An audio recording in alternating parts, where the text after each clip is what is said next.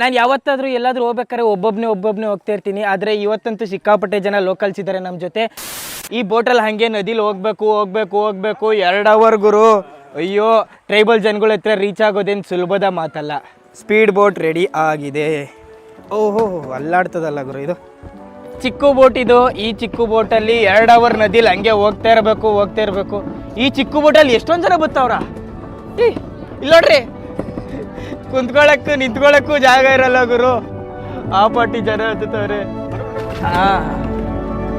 Okay, engine start ಆಯ್ತು, let's go.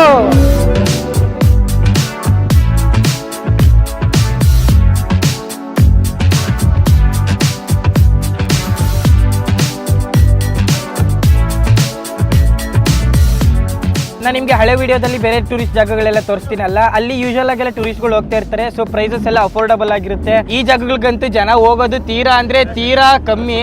ಅದಕ್ಕೆ price ಕೇಳಕ್ಕೆ ಆಗಲ್ಲ, ಸಿಕ್ಕಾಪಟ್ಟೆ ಎಕ್ಸ್ಪೆನ್ಸಿವ್ ಈ ಟ್ರಿಪ್ಪು.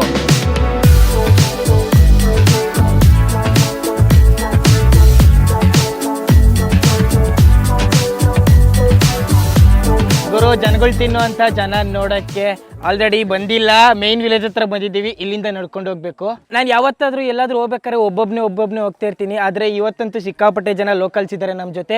ಇಷ್ಟೊಂದು ಜನ ಲೋಕಲ್ಸ್ ಯಾಕೆ ಅಂತಂದರೆ, ಇಲ್ಲಿ ಒಂಥರ ಇಂಟರ್ನಲ್ ಜಗಳ ಆಗ್ತಾ ಇದೆ.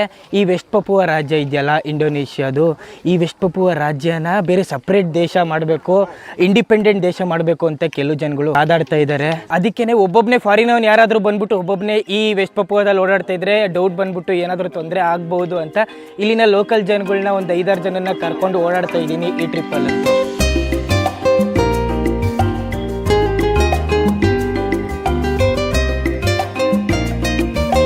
ಈ ಜನಗಳೆಲ್ಲ ನೋಡ್ತಿದ್ರಲ್ಲ, ಇವರೆಲ್ಲ ಸಿಟಿನ ನೋಡೇ ಇಲ್ಲ.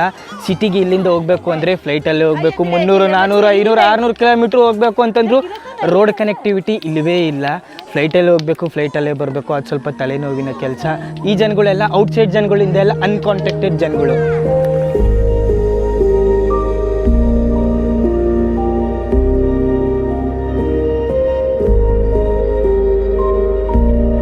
ಓ, ಈ ಚಿಕ್ಕ ಹುಡುಗ ಏನು ತೇಲ್ತಾವನಲ್ಲ ಒಬ್ಬನೇ.